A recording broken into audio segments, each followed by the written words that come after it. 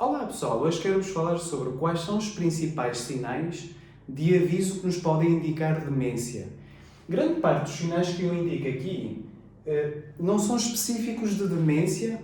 Existem aqui alguns sinais que podem nos indicar outros problemas de saúde, como por exemplo uma alteração intestinal, um cansaço psicológico, mas a partir destes sinais nós conseguimos ter uma percepção, ou seja, de que forma é que nós podemos correr o risco de posteriormente estarmos a desenvolver o quê? Um estado de demência.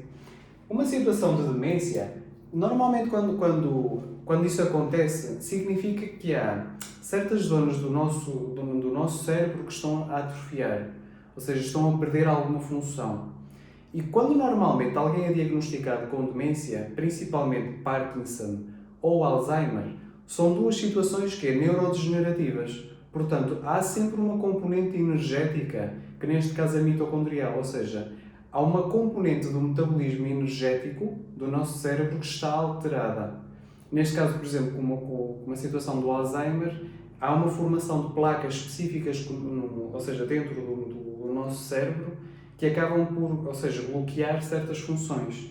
Imaginem, suponhamos, uma situação como se fosse um cabo elétrico e aquela cobertura toda que cobre o cabo elétrico para isolar o impulso nervoso, ou seja, para que haja condução, há uma permeabilidade, ou seja, não há um isolamento completo daquela zona com formação de placas. É desta forma que o impulso nervoso, ou seja, a conexão entre o tecido nervoso, não ocorre da melhor forma possível. O problema é quando normalmente alguém é diagnosticado com demência, há sempre aquela situação em que as coisas vão piorar e não podemos fazer nada para isso. Isto é muito errado, porque o fator principal numa situação de demência parte da dieta. Aquilo que nós comemos vai-nos dar uma ideia do nosso prognóstico, ou seja, da forma como nós vamos ou piorar ou até dar a possibilidade de reverter este tipo de situação. Pelo menos estabilizar o mais possível. Quais são os sintomas que nós normalmente associamos à demência? Nós podemos ter uma situação em que temos uma perda de memória ou de concentração, mas isso pode estar, por exemplo, num cansaço psicológico. Podemos estar com uma situação em que temos problemas de navegação, e isto já é uma coisa um bocadinho mais acentuada. É um bocado aquela sensação do nosso GPS interno estar alterado. Imaginemos entrarmos, por exemplo, numa sala ou num espaço e de repente passarmos à frente completamente em que sítio é que nós estamos, o que é que nós estamos lá a fazer, esse tipo de problemas de navegação. Isso parte mais do que um cansaço psicológico. Isso, por exemplo, é um sinal que pode nos indicar que realmente há aqui alguma tendência para a demência. Por outro lado, a disfunção sensorial é quando nós temos alguma alteração de visão, alguma perda auditiva acentuada, alguma alteração sensorial que parte além de um cansaço psicológico. E isto é importante porque, principalmente por aquele princípio do impulso nervoso que eu falei anteriormente, é necessário nutrientes para que haja esse isolamento, ou seja, desse conduto nervoso, desse cabo elétrico, ou seja, para que o impulso nervoso seja eficiente e de qualidade. O que muitas vezes, ou seja, atinge essa zona é a oxidação, é stress oxidativo. É quando a gordura que rodeia esse impulso nervoso torna-se oxidada. E essa oxidação faz com que o impulso nervoso perca qualidade e não seja eficiente. Portanto, o stress oxidativo é uma coisa importante. Outra situação que pode criar um stress oxidativo e atingir um metabolismo mitocondrial, ou seja, um metabolismo energético, principalmente quando há disfunção sensorial, é o quê? São metais pesados como, por exemplo, o mercúrio. Não só o mercúrio, mas podemos estar numa situação em que temos que fazer um teste de metais pesados. Pode haver arsênico, crómio, berílio.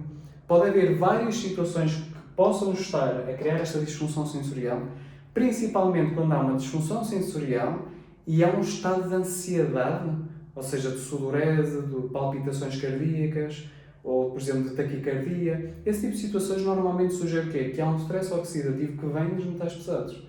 E isso muitas vezes o que é que faz? Bloqueia reações enzimáticas no nosso corpo que comprometem a produção de energia e a distribuição de energia ao longo do nosso cérebro. E isto é muito importante. Obstipação porquê? Nós sabemos que, e grande parte das vezes isto é desvalorizado, existe uma ligação muito próxima, através do nervo, o nervo vago, que liga o nosso intestino à nossa cabeça. Portanto, se nós temos uma situação de cabeça, vamos ter um comprometimento intestinal. Se temos um problema intestinal, vamos ter um comprometimento de sistema nervoso. Para ter uma noção, só o nosso intestino, a carga de bactérias do nosso intestino produz mais serotonina, um neurotransmissor associado ao bem-estar, do que propriamente a nossa cabeça. Para terem uma percepção, o próprio intestino tem mais tecido nervoso, tem mais fibras nervosas, mais neurónios, do que propriamente a nossa coluna. Portanto, o intestino tem um papel mesmo muito importante. E nós vemos que a grande parte das pessoas que têm Alzheimer ou Parkinson, que têm estas doenças neurodegenerativas, normalmente são pessoas que têm mais recorrência de obstipação. Portanto, é muito importante tratarmos o que é a flora intestinal.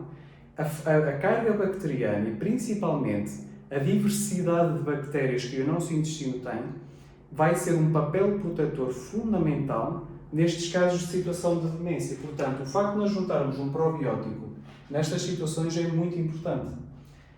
Fora desta questão da parte da flora, outra questão que é muito importante percebermos é, quando não há carga bacteriana suficiente no nosso intestino, principalmente bactérias de fermentação, quando consumimos uma dieta rica em proteínas, especificamente, a nossa flora adapta-se à putrefação, ou seja, à digestão de proteínas. O produto resultante normalmente é o amónio.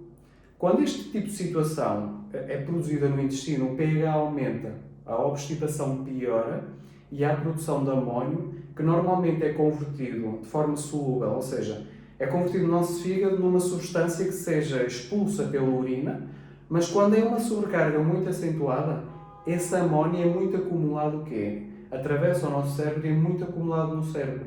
E muitas vezes há uma parte de sintomas de desorientação que é por uma alteração intestinal por esse excesso de amónio. Portanto, vemos que o intestino tem um papel mesmo muito, muito importante. Mudanças de personalidade. Quando nós vemos que a pessoa tanto está bem como está mal, mas lá está. Isso pode vir de outras situações, como por exemplo de um estado depressivo. Outra situação, ou mesmo até de um stress crónico. Alterações de linguagem. Quando nós percebemos que a pessoa está com uma fala diferente, isso já é uma coisa mais acentuada. Ou, por exemplo, quando vemos que tarefas simples para planear e organizar, a pessoa está com alguma dificuldade. Principalmente, também, eu até gostava de acrescentar isto, quando nós percebemos que a pessoa está a falar e aquilo que está a dizer não tem assim muita lógica, normalmente isso já traduz uma situação um bocadinho mais grave. O que é que é importante nós percebermos com esta situação da demência? É preciso entender, e fora desta questão, que eu vou-vos até dar aqui um exemplo de uma situação que me aconteceu no consultório. Um casal que veio, que o marido estava aqui com uma situação de demência, com perda de memória, desorientação, e numa conversa perguntou-se, mas desde quando é que aconteceram estes sintomas? Quando é que começou a notar isso?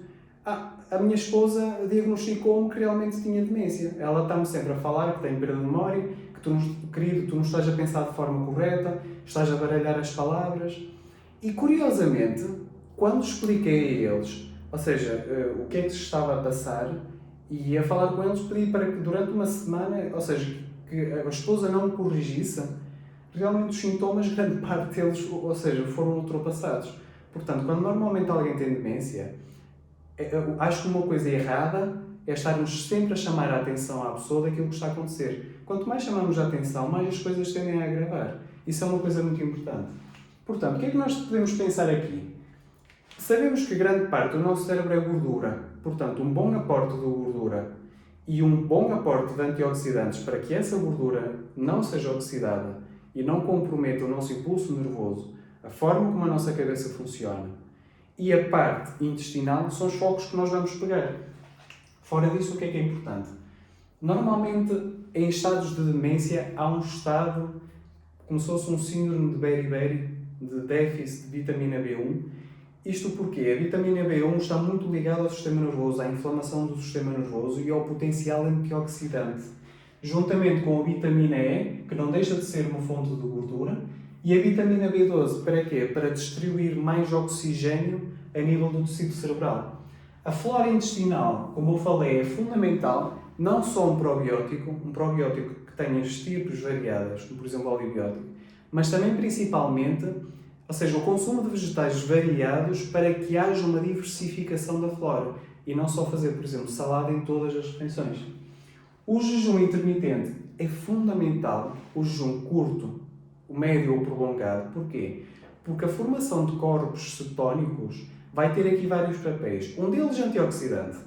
A partir de um determinado número de horas que nós fazemos jejum, há um desenvolvimento de células estaminais, ou seja, há a produção de células que posteriormente podem se diferenciar em vários tecidos. Isso vai permitir o quê? Uma espécie de regeneração do nosso tecido cerebral. Por outro lado, quando nós fazemos este jejum intermitente, nós estamos a ultrapassar um estado de resistência à insulina, que é outro foco fundamental que normalmente está associado à demência. Ou seja, o próprio corpo desenvolve uma resistência à fonte de combustível que está a usar a nível do nosso cérebro, que neste caso é a glucose, não é um nutriente, mas é uma fonte de combustível. Isto significa o quê? Significa que nós vamos reconverter esta situação e vamos estar a utilizar um combustível, um nutriente mais eficiente, que são os corpos cetónicos. Existem pequenas partes do nosso cérebro que necessitam de glucose, mas não tem que ser de fonte alimentar, porque a pouca fonte de glucose que o nosso cérebro necessita, o nosso próprio fígado converte a partir do glicogênio, a partir, no fundo, do quê? Da gluconeogênese. Portanto, não há necessidade propriamente de uma fonte de açúcar externa. O nosso corpo está muito desenvolvido nesse sentido. Portanto, o facto de nós entrarmos no jejum intermitente é fundamental. Uma alimentação orgânica, porquê? Porque normalmente a formação, principalmente de glifosatos, que é um tipo de herbicida que é muito utilizada, normalmente está muito ligada a nível científico, em questões de demência. Portanto, o facto de nós fazermos uma alimentação orgânica acaba por fazer a diferença. O uso de fosfatidilcerina. O que é fosfatidilcerina? Fosfatidilcerina é um fosfolípido que pode ser de várias fontes, existem vários fosfolípidos. A fosfatidilcerina é uma espécie de revestimento daquele cabo elétrico que falei, é aquilo que isola as membranas e que permite o transporte de nutrientes e, por exemplo, a excreção de produtos da excreção, ou seja, de situações que não devam ser acumuladas na célula. Portanto, acaba por ser uma espécie de um polícia ou de um portão que faz com que as coisas atravessem ou não. Claro que este tipo de gordura é muito facilmente oxidada em situações de demência. Portanto, a fosfatidilcerina, no fundo, o que é que faz? Aporta gordura à membrana do neurónio, substituindo aquela que está oxidada. Portanto, nós conseguimos fazer uma reparação muito acentuada nestes casos. Muitas vezes a fosfatidilcerina vem da soja. Aliás, já existem pessoas que fazem soja neste sentido. Creio que não há problema, desde que seja uma fonte que não seja geneticamente modificada, como por exemplo a que está lá no Alzheimer. Bacopa monnieri, porquê? Porque além de ser um adaptogénico e modular aqui uma situação de stress que tem efeitos na resistência à insulina ou na tendência pré-diabética, vai fazer o quê? Vai estimular a neurocirculação, a circulação que chega ao nosso cérebro, também com o aporte de oxigênio. Como nós sabemos que grande parte dos estados de demência são acima dos 50 anos, por exemplo, nós conseguimos perceber nesses casos que há uma diminuição da circulação sanguínea. Quer a bacopa, quer o ginkgo biloba. Ambos foram demonstrados cientificamente que têm essa utilidade. NAC, neste caso não é a cisteína, mas é a N-acetilcarnitina. Vai ter um efeito profundo a nível de mitocondrial, a nível da nossa produção energética. Isto não vai fazer com que diminua propriamente o gasto energético. O que vai fazer é com que aumente a deslocação, a rapidez de deslocação, ou seja, das moléculas de energia, neste caso do ATP, de uma célula para a outra. Portanto, isto vai facilitar a comunicação de energia no nosso cérebro. O cobre, além de ser antioxidante, participa muito no metabolismo cerebral, portanto, também é uma situação importante. A vitamina D3, pelo próprio efeito imunomodulador, antioxidante e anti-inflamatório que vai ter a nível da parte cerebral. Fora disso, vai acabar também por criar aqui uma diversidade de neurotransmissores que vão nos ajudar a reverter, no fundo, esta situação. Os ômega 3, pelo efeito anti-inflamatório, não só, principalmente neste caso pela DHA, que vai ter um efeito quer a nível de visão, quer a nível sensorial, ou seja, a nível auditivo, mas também muito a nível cerebral. Vai-nos repor aqui um bocadinho os ácidos gordos, a parte gordurosa do nosso cérebro. Isto é uma coisa que é uma à parte. Normalmente estes pacientes são mais sensíveis ao glúten. Não quer dizer que sejam alérgicos, mas o facto de abster-se do glúten faz com que não haja uma tendência para haver baralhamento do nosso raciocínio, mesmo estados de ansiedade, estados de esquizofrenia, de depressão, normalmente estão muito ligados ao consumo de glúten. Mas eu neste caso não fazia glúten, eu fazia mesmo uma dieta cetogénica, ou seja, retirar mesmo, ou seja, neste caso os cereais, os hidratos principalmente associados aos cereais, como por exemplo a cevada, o trigo, o centeio, esse tipo de cereais, e fazia no fundo uma alimentação mais limpa. Portanto, veem que desta forma nós temos aqui realmente várias situações que nós conseguimos atuar sobre uma situação de demência. Coloquem os vossos comentários abaixo no vídeo, tenho todo o gosto em responder-vos. Vejo-vos no próximo vídeo.